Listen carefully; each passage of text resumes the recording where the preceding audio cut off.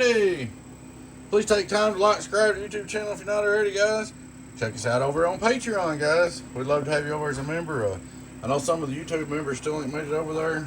Got me thinking kind of about, I don't know about turning off the YouTube or not, because some of y'all like the YouTube. But anyway, we'll talk about that later. Alrighty, guys. Texas Star 350. This is amp repair number 2. This is amp number 2, okay? We'll start looking straight through SWR like we do. Hello, worldwide. There it is, 22879 Toshibas. It's pretty good shape. Good looking amp. Few upgrades. Does have a power wire, a big power wire fuse holder. That's about it. Alright. Straight through SWR is good. Turn it on.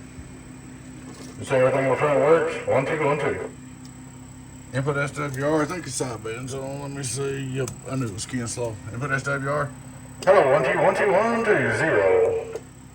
Wide open. Hello, 1, 2, 3, 4, 199 drive, 1, 2, 3, 4. Hello, audio, 1, 2, 1, 2, 1, 2, 1, 2. Turn on the green button. Hello, 1, 2, 1, 2, 1, 2, 1, 2, 3, 1, 2, 1, 2, 3. Turn the variable about halfway down. Hello, audio, 1, 2.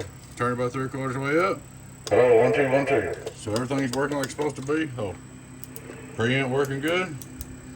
So we got Texas Star 350V, amp number 2. Texas Star repair number 2. Just keep that in mind what number this is. Appreciate you guys. I'm gonna try to do these videos pretty quick, make these short. Like I said, please take time to subscribe to our YouTube channel, guys. If you're not already, come on, check us out on Patreon. My little Texas Star is getting on down.